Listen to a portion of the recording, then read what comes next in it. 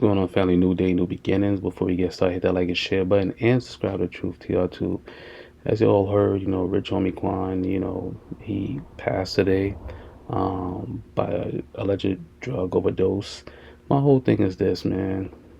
I think when we got young kids nowadays, they're going through a lot, especially him being so young in that music industry. I mean, he's older now, but he basically grew up into it. But it's kind of weird, man. These young kids are developing addictions from young, and I think sometimes it's rough on them because you never know when someone's going through, young or old. But like I said, I gave up on the young people a long time ago. I mean, the old people a long time ago, and I'm more focused on the young because their mindsets are so ripe, you know, it's so ripe, and the knowledge and understanding they have is more, how you say, persuasive on the masses, because no matter how young they are, they have a mindset that develops and they know how to get things done. So this young man, him losing his life in that manner, is disheartening.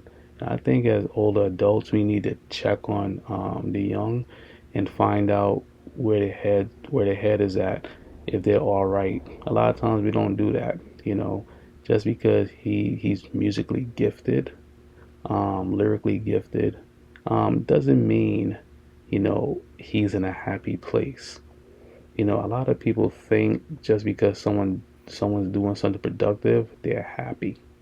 You know, they may be happy financially, but emotionally and socially they may not be. So, him having this addiction at such a young age and passing, him passing on in regards to this addiction is something I think as a whole, as a community, we need to come together and we need to start realizing that if we don't do something now, the next generation is not going to be a next generation. Basically, it's going to be the next generation. They're going to be sprinkling here and there, but we're losing a lot now. We're losing a lot, and a lot of times as older adults, we may say to ourselves, we don't care.